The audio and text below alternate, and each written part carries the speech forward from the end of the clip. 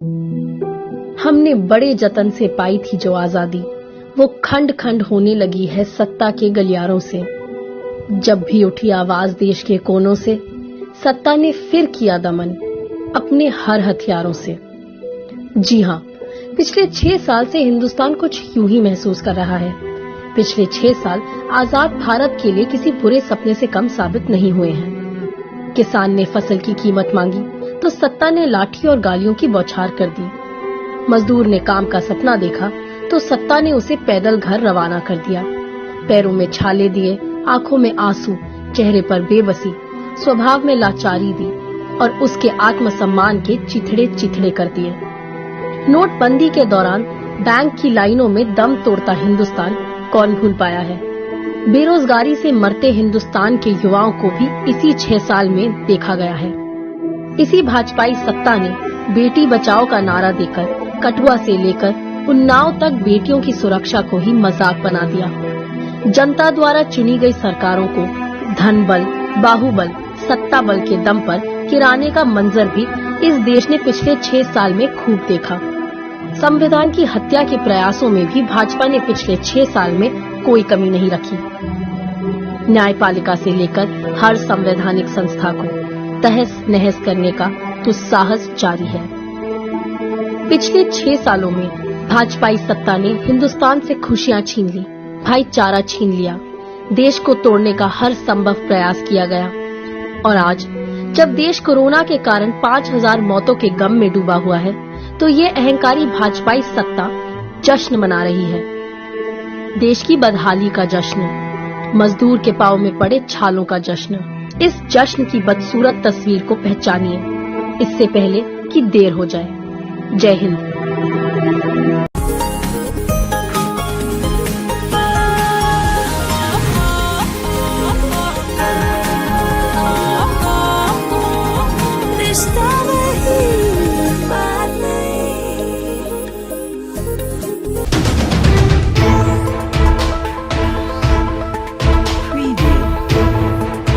खबरों के दौर में ना रहिए बेखबर, हर खबर की हम लेंगे।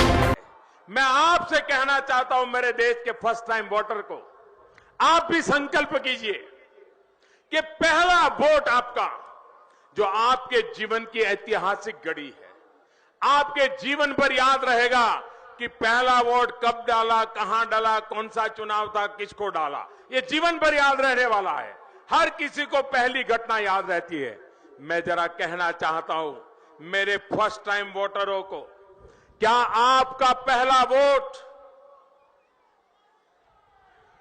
पाकिस्तान के बालाकोट में एयर स्ट्राइक करने वाले वीर जवानों के नाम समर्पित हो सकता है क्या?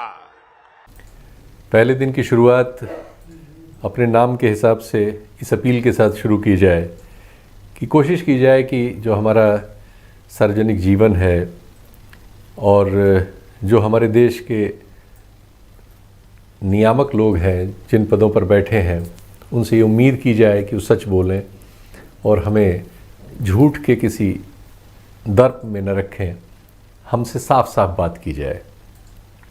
इसकी ज़रूरत इसलिए पड़ी कि कल और आज सुबह 2-3 ऐसे लेख सामने आए जो वर्षांत पर लिखे गए या नए साल की शुरुआत में सामने आए। ये तीनों हमारे रक्षा से जुड़े हुए मामले थे और उसका विश्लेषण करते हुए ये लेख आए। ऐसे क्वार्टर से आए जो बहुत ही जिम्मेदार हैं और जो बड़े सामर्थ्यवान भी हैं, जिनकी एक प्रतिष्ठा है, जिनका नाम है। जब मैं आपको बताऊंगा तो आप उनको ऐसा समझ सकेंगे। एक सबसे पहला लेख जिसकी वजह से ये पूरा कार्यक्रम मैं कर रहा हूँ, वो कल छपा है और वेबसाइट पर मौजूद है। देश का इकलौता सबसे बड़ा, सबसे प्रमुख और सबसे विश्वसनीय, और मैं इकलौता कह रहा हूँ तो उसका मतलब भी वही है, थिंक टैंक हमारे यहाँ एक है जिसको ऑब्जर्वर रिसर्च फाउंडेशन कहते हैं, ORF। बहुत बार इसको आपने चर्चा इसकी सुनी होगी। इसके बारे में कैरावैन में एक बड़ी रिपोर्ट छप चुकी है और भी है, गूगल करेंगे तो आपको मिल जाएगी कि इसको हमारे देश के सबसे बड़े उद्योगपति घराना जो है मुकेश अंबानी जी का, वो इसको फंड करता है। और ये बहुत पुराना है, करीब अब समझ लीजिए कि 90-91 से शुरू है।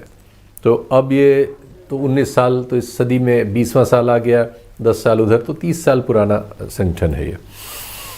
और इस संगठन के अपने ORF का जो इसमें देश की तमाम चीज़ों के बारे में शोध किए हुए लेख छपा करते हैं। जब आप गूगल करेंगे ORF को तो पाएंगे कि हमारे देश के बहुत बड़े बड़े नाम इस संगठन से जुड़े हुए हैं, और बहुत बड़े बड़े नाम, इसमें कोई साधारण आदमी का तो उपस्थिति होने का कोई प्रश्न ही नहीं है। किसी अफवाहबाज या इस तरह के आदमी को कोई मौका वहाँ मिलने के चांस ही नहीं है। इसमें जो लेख छपा है वहाँ से हम लोग शुरू करते हैं। तो उस लेख को सुहासिनी हैदर ने, जो सुब्रमण्यम स्वामी जी की बेटी हैं और द हिंदू अखबार में विदेश मामलों की संपादक हैं, उनके ट्वीट ने आगे बढ़ाया। फिर मनोज जोशी जी के एक लेख का हवाला आ गया जो द क्विंट में छपा है। मनोज जोशी इस देश में रक्षा मामलों पर लिखने वाले सबसे वरिष्ठतम पत्रकारों में से एक हैं। अब मैं ऐसे ही नाम ले रहा हूँ इसलिए इन पे आपको विश्वसनीयता आएगी। एक और लेख है जो मार्टिन जैक्स का है, वो गार्डियन में कल छपा है। गार्डियन दुनिया के सबसे सम्मानित अखबारों में से एक है, इंग्लैंड से निकलता है। तो ये 3-4 अखबारों में कुछ लेख छपे हैं जिनको एक साथ देखना इस प्रोग्राम में और इसकी सूचनाओं को समाहित करके आपके सामने कुछ चीज़ें ऐसी रखना जो बहुत ज्वलंत हैं और हमारे सामने एक चुनौती पेश करती हैं कि हमें सच जानना चाहिए और हमें सच बोलने की भी कोशिश करनी चाहिए, और उम्मीद करनी चाहिए कि जो हमारे नियामक हैं, मैं फिर वहीं आता हूँ, यानी सरकार, वो देश की जनता से कम झूठ न बोले। तो जो पहली बात मैं ORF से शुरू करता हूँ। ORF फाउंडेशन का आप एक लेख है, ज़रा सा देखिए अभी स्क्रीन पर। ये ORF फाउंडेशन का कल का लेख है, सीमा सिरोही ने इसको लिखा है। The question for 2020, can India recover? कि 2020 में सवाल, क्या हम वापस लौट पाएंगे, यानी हम कहीं पीछे छूट गए हैं, ऐसा इस लेख का भाव है। अब इसमें जो बड़ी बात है जिससे मैं आपको शुरू करना चाहता हूँ वो ये है, जो ज़्यादा बड़ी बात है, उनका ये कहना है कि साल की शुरुआत ही एक बड़े झूठ से हुई जब देश की जनता को बालाकोट के मामले में गलत बयानी की गई। ये बहुत बड़ी बात है। आप जानिए कि उस समय इस मामले को लेकर, ये हमारे यहाँ तो हर बात देशभक्ति और देश प्रेम हो जाती है, झूठ भी देशभक्त देश प्रेम हो जाता है, सच बोलना भी देश द्रोह हो जाता है। लेकिन अब ये बात ऐसे क्वार्टर से आ रही है, मुकेश अंबानी द्वारा फंडेड, देश के सबसे प्रबुद्ध, बड़े और बहुत समर्थ लोगों द्वारा संचालित ORF नाम के थिंक टैंक में कल वर्षांत पर लिखे गए लेख में यह व्यक्त किया गया है कि जो बालाकोट ऑपरेशन था उसके बारे में देश की जनता के साथ बहुत बड़ा झूठ बोला गया। आप जानिए कि उस समय जब ये सवाल हो रहे थे तो ये कहा जा रहा था कि जो भी ये सवाल करता था वो देशद्रोही करार दिया जाता था। अब ये बाकायदा ऑन रिकॉर्ड है, और वो कहती हैं अपने लेख में, सीमा सिरोही, कि अमेरिकन इस बात को पूरी तरह डे वन से जानते थे, लेकिन वो अपने अंतर्राष्ट्रीय कारणों से भारत के लिए एक रक्षात्मक झूठ का कवच बनाए रखने में मदद कर रहे थे। ये अपने लेख में उन्होंने लिखा है कि अमेरिकन्स को हिंदुस्तान की हर बात पता थी, बालाकोट में क्या हुआ, भारत की सामरिक स्थिति क्या है, हमारी वायुसेना की ताकत क्या है, हमने वहाँ उनका F-16 गिराया कि नहीं गिराया, उनके 300 लोग मारे कि नहीं मारे, इसमें सारी बातें अमेरिकन्स को पता थी। लेकिन अमेरिकन्स न ये इधर की कुछ कह रहे थे न उधर की कुछ कह रहे थे। भारत जो भी कह रहा था उसको वो एक छद्म आवरण दे के डिले कर रहे थे सच को। लेकिन अब उनके रिकॉर्ड्स में वो सब चीज़ें आ चुकी हैं, ये लेख बताता है और उनको सब पता है। और वो ये भी बताती है इस लेख में सीमा सिरोही कि इस समय जो कुछ देश में हो रहा है इससे अमेरिकन एडमिनिस्ट्रेशन भी परेशान है। उसका वो एक संकेत बताती है कि इस समय जो केन जस्टर यूएस के एम्बेसडर हैं भारत में, आप अगर उनकी ट्विटर प्रोफाइल पे जाएं तो उन्होंने जानबूझकर इस सरकार के लिए एक इशारा छोड़ा है। उन्होंने अपनी ट्विटर प्रोफाइल पर देश के विभिन्न धर्मों के विभिन्न केंद्रों की यात्राओं का एक कोलाज पेश कर रखा है। यानी वो ये दिखाना चाहते हैं हमारे देश के हुक्मरानों को, एक विदेश मंत्रालय के जरिए एक मैसेज दे रहे हैं कि ये देश बहुत सारे धर्मों को एक साथ लेकर एक साथ चलने वाला, बहुत सारी सांस्कृतिक विविधताओं को एक साथ लेकर एक साथ चलने वाला देश है। वो नहीं है जो इस देश के शासक इस समय जो बन गए हैं लोग, जो बनाना चाहते हैं, जिस तरह का वो बनाना चाहते हैं और जिस तरह की चीज़ें वो कर रहे हैं या कह रहे हैं। तो ये इशारा है, उनके उस लेख में उसका उल्लेख है और उन्होंने बहुत साफ साफ लिख दिया है। ये अंबानी का थिंक टैंक लिख रहा है, मुकेश अंबानी का, कि Washington can see that there is little money in India's budget to take spectacular initiative or buy new systems. ये डिफेंस के लिए लिख रही हैं कि उनको पता है कि हमारी जेब में पैसे ही नहीं है, उनको हमारी असलियत बाकायदा पता है। वो ठीक है कि चीन से लड़ने के लिए वो हमेशा भारत की पीठ ठोकते रहते हैं, क्योंकि चीन उनके लिए बहुत बड़ी चुनौती है। वो अभी बाद में आपको उसके तथ्य बताऊंगा कि क्यों पश्चिम चीन को सबसे बड़ी चुनौती समझता है। तो भारत को वो एक उसी तरह से जैसे एक ज़माने में अफगानिस्तान में रूस से लड़ने के लिए उसने पाकिस्तान का इस्तेमाल किया था, वो ऐसा ही इस्तेमाल के तौर पे हमें समझता है। वरना ये लेख लिख रहा है साफ साफ कि उनको पता है कि हमारी जेब में कितने पैसे, हमारे बजट में डिफेंस में खर्च करने के लिए हमारी आर्थिक स्थिति क्या है, उनको सब कुछ पता है।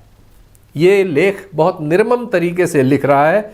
इसी लेख को आज इस पर विदेश मंत्रालय कवर करने वाले वरिष्ठ पत्रकारों के बीच सबसे बड़ी चर्चा इस लेख पर है, और ऐसे लोगों के बीच जो रक्षा मामलों पर टिप्पणियां किया करते हैं या रक्षा के मामलों में हस्तक्षेप रखते हैं, खुद रक्षा अधिकारी रहे हैं, जैसे प्रवीण साहनी हैं। ये पुराने इंडियन आर्मी के रिटायर्ड हैं, अब एक फोर्स नाम की पत्रिका को एडिट करते हैं और देश के रक्षा मामलों पर लगातार लिखते पढ़ते रहे हैं। इनकी तमाम किताबें हैं और चाइना को लेकर dragon on our doorstep इनकी बड़ी मशहूर किताब है, और नई किताब भी उनकी आ रही है कि was India should prepare for this country, इत्यादि इत्यादि। तो ये सब लोग रक्षा मामलों पर भारत के एक तरह से सोचने समझने वाले लोगों का ये ग्रुप है।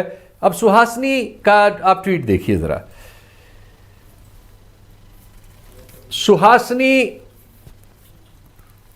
सुब्रमण्यम स्वामी जो भारतीय जनता पार्टी के सांसद और नेता हैं, उनकी पुत्री हैं, बहुत बड़ी पत्रकार हैं, द हिंदू में विदेश मामलों की संपादक हैं, और जिस परिवार में उनकी शादी हुई है वो उनके ससुर इस देश के विदेश सचिव रह चुके हैं। तो सुहासिनी को विदेश और इन मामलों का बहुत ज्ञान है। तो आज जो सीमा सिरोही का लेख है ये उनकी उस पर टिप्पणी है कि उस पर बहस जो चल रही थी उस पर उन्होंने लिखा है कि उनको भी ये पता था और तमाम इंडिपेंडेंट एक्सपर्ट्स को पता था उस समय ही जब बालाकोट ऑपरेशन हुआ था कि अमेरिकन अधिकारियों ने उस समय भारत की एक तरह से मुंह पे कोई बदनामी का दाग न लग जाए, इसको बचाने के लिए एक तरह से एक झूठ के अम्ब्रेला को खड़ा रखने में भारत की मदद की थी। ये वो लिख रही हैं। तो ये बात जो है अब उच्च स्तर पर सब जगह पता है कि बालाकोट में वो नहीं हुआ था जो सरकार ने बताया, वो नहीं हुआ था जो चैनलों ने आपको दिखाया, बताया, झूठ फैलाया। पाटिल से इस बात पर चर्चा हो जानी चाहिए, इस सवाल का जवाब मिल जाना चाहिए कि क्या मोदी, माफ कीजिएगा, धोनी को अब रिटायर हो जाना चाहिए। नमस्कार, आप देख रहे हैं हल्ला बोल, आपके साथ मैं हूं अंजना ओम कश्यप। राहुल जी, आप न्यूज नेशन पर हैं, बहुत स्वागत है आपका। Thank you. इस साक्षात्कार में मेरे वरिष्ठ सहयोगी दीपक और मैं आपके सामने सवाल पूछ रहे हैं।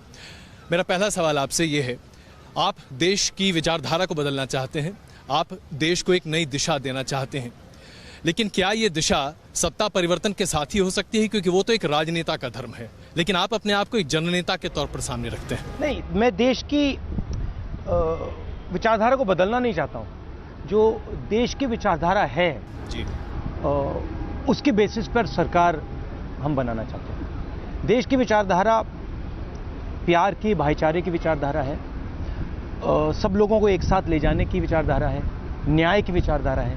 उस बेसिस पे हम सरकार चलाना चाहते हैं। पिछले 5 सालों में मोदी जी ने सरकार चलाई, एक व्यक्ति ने सरकार चलाई बिना किसी की बात सुने। नोटबंदी की, गब्बर सिंह टैक्स लागू किया, किसी से नहीं पूछा। आप इमेजिन करिए, 500,000 रुपए का नोट हिंदुस्तान की इकोनॉमी को नष्ट कर दिया। 500,000 रुपए के नोट को खत्म कर दिया और किसी से नहीं पूछा। हिंदुस्तान के इंस्टीट्यूशंस हैं, फाइनेंस मिनिस्टर, फाइनेंस मिनिस्ट्री, इतनी स्किल्स हैं, इतनी कैपेबिलिटीज हैं, उनसे नहीं पूछा। आरबीआई गवर्नर को नहीं मालूम, कर दिया। तो हम हिंदुस्तान की जो आवाज है उसको सुनकर सरकार चलाना चाहते हैं। एक व्यक्ति की सरकार नहीं चलनी चाहिए। कभी भी आरबीआई को परे नहीं किया।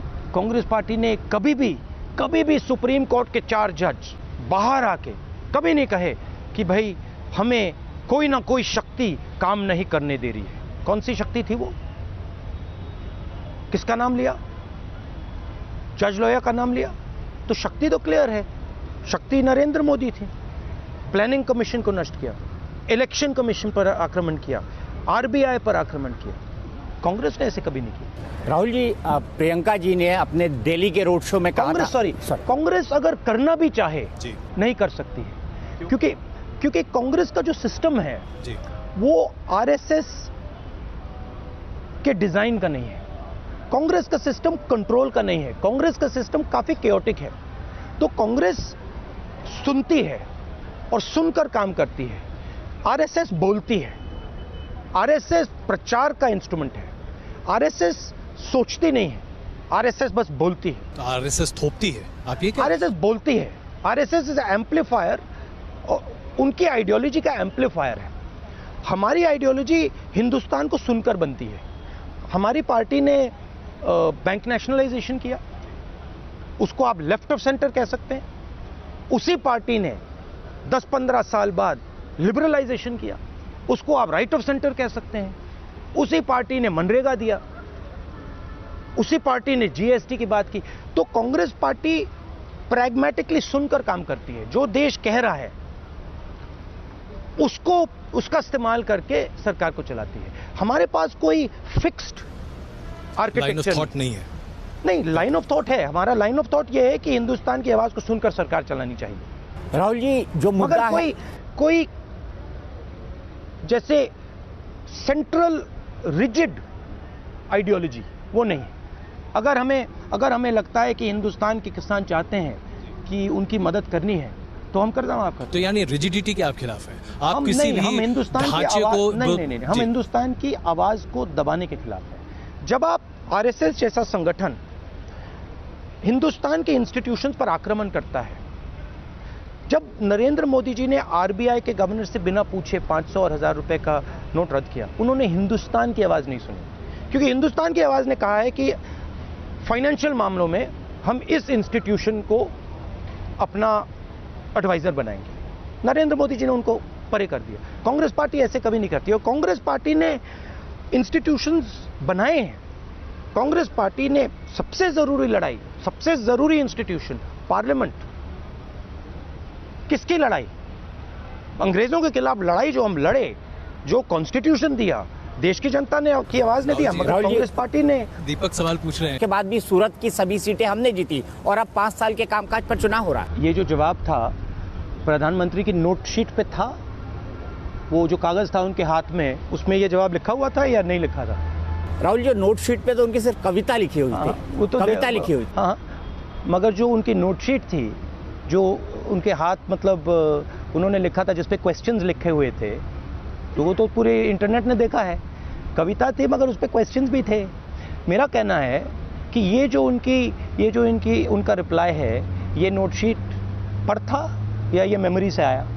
सच्चाई ये है कि हिंदुस्तान की आवाज बेरोजगारी की बात कर रही है, भ्रष्टाचार की बात कर रही है, किसानों की हालत की बात कर रही है, और जो आक्रमण नरेंद्र मोदी जी ने नोटबंदी पे किया, गब्बर सिंह टैक्स पे किया, उसकी बात कर रही है। चूंकि आपने न्यूज नेशन के इंटरव्यू की बात की है राहुल जी, इसलिए मैं एक बात साफ कर दूं कि जो पूरा इंटरव्यू हुआ था तब प्रधानमंत्री जी ने किसी भी नोटपैड को अपने रेफरेंस के तौर पे नहीं लिया था, क्योंकि ये बात उठी है।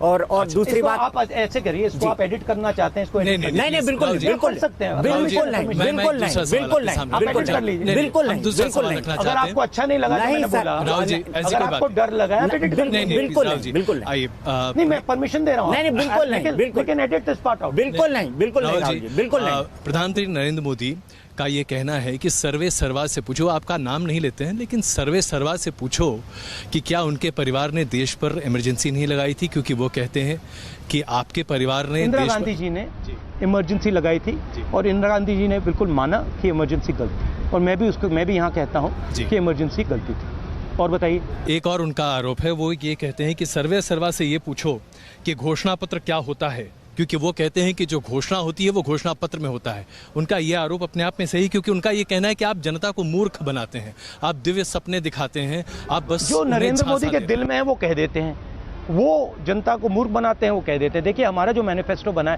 Do you have a copy of the manifesto? जी, हमने देखा, बहुत बेहतरीन, खास करके जब वो आपने उसमें जो तमाम लोगों को सामने आपने बात उठाई मैनिफेस्टो की, तो मैं दिखाता हूँ।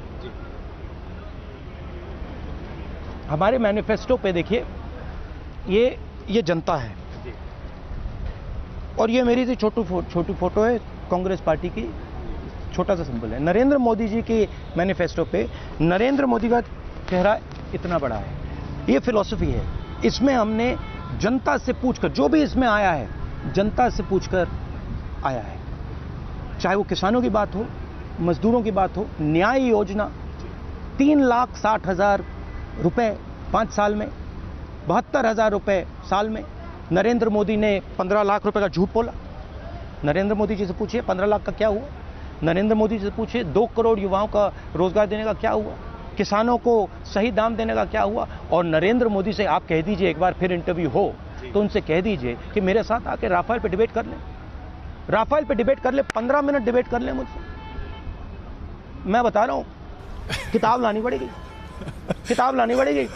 और किताब नहीं, सुनो, आप कह रहे हो कि कागज में कुछ नहीं लिखा था, किताब लानी पड़ेगी। और किताब लाने के बाद जी मैंने जो 4 सवाल पूछने हैं, और मैं आपको बता देता हूं जी, नरेंद्र मोदी देश को अपना चेहरा नहीं दिखा पाएंगे। और एक बात मत भूलिए, इंक्वायरी होगी, कोई नहीं बचेगा, 2 नाम निकलेंगे, नरेंद्र मोदी, अनिल अंबानी। वो हुआ था जो सबको दुनिया में पता है, और जो था लेकिन हम उसे कहने में और कहने में गुनहगार बनते कि देशद्रोह का आरोप लगाते और वगैरह वगैरह होता, अपनी सेना के बारे में एक कमजोर स्थिति आती। लेकिन प्रवीण साहनी ये कह रहे हैं कि उन्होंने तभी कहा था कि इससे भारत की स्थिति पाकिस्तान के सामने और चीन के सामने बहुत कमजोर होकर एक्सपोज हुई है, क्योंकि उसमें हमारा एक जहाज मारा गया था, हमारा आदमी उनके यहां गिरा, उसको चोट लगी, वो पकड़ा गया, बाद में वो छोड़ा गया। ये सब हमारे खिलाफ, हमारे 6 या 7 लोग हमारी ही मिसाइल से मर गए थे, हमारा एक हेलीकॉप्टर भी गिरा था, सारा नुकसान भारत का हुआ था। लेकिन एक झूठ फैला के ये बताया गया था कि गोया हमने कुछ जीत लिया है, और उस झूठ से अगला झूठ अब ये बताया जाता है कि हम अब पीओके के लिए तैयारी कर रहे हैं।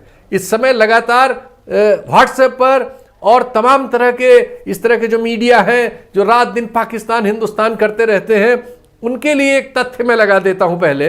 अब जरा ये देखिए स्क्रीन पर, आज साल के पहले दिन भारत और पाकिस्तान ने लगातार पिछले 30 सालों की एक रवायत को आगे बढ़ाते हुए दोनों देशों के बीच जो हमारे न्यूक्लियर हथियार हैं, एटम बम जहां रखा जाता है, जहां से चलाया जाता है, जो जिस मिसाइल से चलेगा या जिस जहाज से चलेगा, वो सारी इंफॉर्मेशन एक दूसरे को शेयर की है। यानी ऊपर के लेवल पर क्या होता है और नीचे क्या बताया जाता है, बहुत बड़ा फर्क है। लेकिन ये एक अच्छी बात है कि 30 साल से चल रही रवायत को इस साल भी साल के पहले ही दिन पालन किया गया है। तो पहले इस सच्चाई को जान लीजिए। इसलिए इन्होंने जो प्रवीण साहनी ने लिखा है कि हमारे यहाँ लोगों को ये भरमाया जा रहा है राजनीतिक कारणों से कि हम पीओके पे जैसे कब्जा कर लेंगे या हम अपनी सेना को उसके लिए तैयार कर लेंगे। उन्होंने कहा कि चूंकि नीचे के लोगों को कुछ पता नहीं होता, उनमें कुछ भी झूठ फेंका जा सकता है, तो उनमें झूठ फेंक दिया जाता है, वो जोश में बने रहते हैं और राजनीतिक रूप से इसको भुना लिया जाता है। लेकिन उन्होंने बहुत गंभीर चीज़ों पर डिटेल्स दिए हैं। बाद में मनोज जोशी ने भी यही लिखा है, और उन्होंने जो नए हमारे जो थल सेनाध्यक्ष थे उनको एक CDS नाम के एक नई पोस्ट पे जो क्रिएट किया गया है, तो उन्होंने कहा है कि ऑर्नामेंटल है, उनका कोई ऐसा रिकॉर्ड नहीं रहा है जो बहुत हम उसे सैनिक विशेषज्ञता के रूप में जाने। और दूसरे उन्होंने ये भी डिटेल दिया है कि एक ऐसे समय में जब सरकार के बजट में सेना के लिए पैसा ही नहीं है अतिरिक्त, तो ये कोई किसी पद को सृजित करने से हम कोई जादू कर लेंगे, ऐसा सोचना मूर्खता से अलावा कुछ नहीं होगा। और प्रवीण साहनी तो बहुत ही इस मामले में कहते हैं कि उनमें ऐसी कोई प्रतिभा भी नहीं है कि वो ऐसा कोई जादू कर दे। लेकिन व्हाट्सएप यूनिवर्सिटी, तमाम हमारे टेलीविजन चैनल और ये तमाम इस तरह का झूठा प्रोपेगेंडा जो लगातार देश के लोगों को युद्ध में झोंके रहता है, वो कुछ ऐसी स्थिति पैदा करता है कि बहुत से लोग ये यकीन करने लगते हैं गलतफहमी में कि हम आज नहीं तो कल मोदी जी के नेतृत्व में अब पीओके पे कब्जा कर लेंगे और वहां झंडा फहरा देंगे। तो ये जो एक झूठ का बहुत बड़ा आडंबर था, क्योंकि उस समय हमारी भावनाएं इतनी उत्तेजित थीं, एक युद्ध जैसा माहौल था, उस समय ये बातें कहने का वक्त नहीं था। लेकिन अब हम जब नया साल शुरू कर रहे हैं, चुनाव भी लोकसभा का हो चुका है, उससे जो फसल काटी जा सकती थी काटी जा चुकी है, तब कम से कम हम इन तथ्यों को उन विशेषज्ञों के खुद लिखे कहे बोले तर्कों और सत्य के साथ हमें समझना जरूर चाहिए। दूसरे, हमारे यहाँ एक बहुत बड़ी झूठ, वो भी एक बहुत बड़ी प्रचारित है। कई बार हमको चीन के सामने हमारे टेलीविज़न चैनल, और आजकल तो कम हो गया है, लेकिन एक ज़माना था कि चाहे जब वो बेचारे एक ठेले वाले की जो लड़ी बेचता रहता है छोटे बल्ब वाली, उसको ठेला उलट के और चीन को हरा दे रहे थे। मैं मेरे फर्स्ट टाइम वोटर से कहना चाहता हूं कि आपका पहला वोट पुलवामा में जो वीर शहीद हुए, उन वीर शहीदों के नाम आपका वोट समर्पित हो सकता है क्या? नरेंद्र मोदी सरकार के दूसरे कार्यकाल का 1 बरस पूरा हो गया है। किसी भी सरकार की सर्वोच्च प्राथमिकताओं में होती है देश के लोगों की सुरक्षा, बॉर्डर के बाहर से भी और देश की सीमा के भीतर भी। इसीलिए आज हम बात करेंगे डिफेंस सेक्टर की, रक्षा मंत्रालय की। मोदी सरकार ने देश की रक्षा सुरक्षा के लिए क्या किया और वो कितना कारगर है। तब बात करते हैं नाकामियों की। पहली नाकामी, पुलवामा पर जांच का अता पता अब तक नहीं। 14 फरवरी 2019 को देश ने पुलवामा अटैक का सामना किया था। 40 जवान शहीद हो गए थे। पाकिस्तान में मौजूद आतंकी संगठन जैश ए मोहम्मद ने हमले की जिम्मेदारी ली। हमले के बाद दोबारा चुनाव हुए, एनडीए दोबारा बहुमत से सरकार में आया। अब 1 साल भी हो गया है। पुलवामा की जांच एनएसजी, एनआईए से होते हुए सीआरपीएफ के कोर्ट ऑफ इंक्वायरी तक पहुंची, लेकिन अब तक कुछ सवालों के जवाब नहीं मिले हैं। जैसे कि पुलवामा हमले की एनआईए जांच कहां तक पहुंची, अब तक चार्जशीट क्यों नहीं दाखिल की गई है, एनआईए किन किन एंगल को ध्यान में रखते हुए जांच आगे बढ़ा रही है। एनआईए ने अब तक इस मामले में कोई चार्जशीट भी दाखिल नहीं की है, ना ही सीआरपीएफ महानिदेशालय की ओर से कोई बात सार्वजनिक की गई है।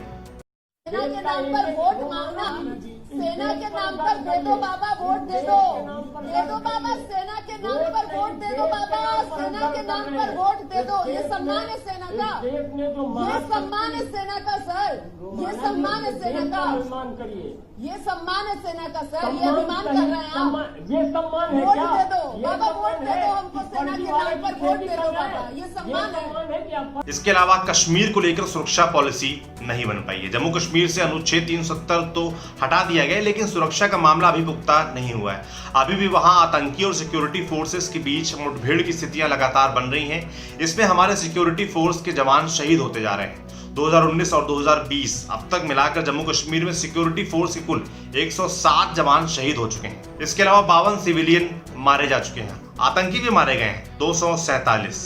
तीसरी नाकामी है नागा शांति समझौता मुकम्मल नहीं हुआ।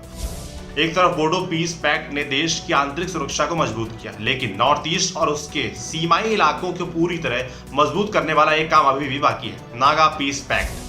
नागालैंड की इमरजेंसी का अंत करने के लिए नागा शांति समझौते के बाद 2018 से सुनते आ रहे हैं हम लोग, हफ्ते, पखवाड़े, महीने, साल बीते। बोडो पीस पैक्ट भी हो गया है, लेकिन नागा शांति समझौता अब तक मुकम्मल नहीं हो पाया है। मोदी सरकार 2.0 में केंद्र और नागा सशस्त्र बलों के बीच बात भी आगे बढ़ी। अक्टूबर 2019 में National Socialist Council of Nagaland Isak Muivah को की दिल्ली में केंद्र के साथ एक बैठक भी हुई। केंद्र सरकार ने 3 में से 2 मांगों को मान भी लिया। पहली मांग अरुणाचल, मणिपुर और असम की तरह नागा समुदाय की सामाजिक सांस्कृतिक मान्यताओं को संरक्षण देना। दूसरी मांग थी समुदाय के राजनीतिक प्रतिनिधित्व को बढ़ावा देना। लेकिन बात नागालैंड के अलग झंडे और अलग संविधान की मांग पर अटक गई, जो कि अब तक अटकी ही है। अब जान लेते हैं कुछ एक्सपर्ट्स की राय कि मोदी सरकार की रक्षा नीति, रक्षा मंत्रालय के काम पर वो क्या सोचते हैं। पहले सुनिए इंडिया टुडे के जर्नलिस्ट संदीप उन्नीथन की बात, वो क्या बोले। चीफ ऑफ डिफेंस स्टाफ का अपॉइंटमेंट यानी जनरलों का सरताज। नौसेना, वायुसेना और थल सेना के अध्यक्ष जरूर हैं, लेकिन वक्त के साथ तीनों में कोऑर्डिनेशन की जरूरत बढ़ती ही चली जा रही है। इसीलिए पहले चीफ ऑफ डिफेंस स्टाफ बने जनरल बिपिन रावत। उनकी अहम भूमिका न सिर्फ तीनों सेनाओं की कोऑर्डिनेशन को बढ़ाना होगा, बल्कि हथियारों के मामले में देश को आत्मनिर्भर बनाने की अहम जिम्मेदारी उनके कंधों पर होगी।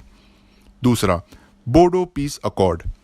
बोडोलैंड का मामला 30 साल से चल रहा है और इस शांति समझौते से असम और उत्तर पूर्वी भारत में शांति प्रक्रिया तेज हो जाएगी। तीसरा, 3 नए agencies, defence cyber agency, defence space agency और स्पेशल ऑपरेशंस डिवीजन। भविष्य में युद्ध जो भी होंगे उसके 3 महत्वपूर्ण पहलू होंगे और इन 3 पहलुओं को एड्रेस करेगी ये 3 एजेंसीज। साइबर स्पेस यानी कि इंटरनेट, दुश्मन की इंटरनेट इंफ्रास्ट्रक्चर पर हमला। दूसरा, स्पेस यानी अंतरिक्ष, हमारे सैटेलाइट्स की सुरक्षा और इनके इस्तेमाल से दुश्मन के इरादों का पता करना। और स्पेशल ऑपरेशंस डिवीजन, वक्त के साथ सेना के छोटी टुकड़ियों की अहमियत बढ़ती चली जाएगी और ये नई एजेंसी के गठन से सर्जिकल स्ट्राइक्स जैसे ऑपरेशंस को अंजाम दिया जा सकता है।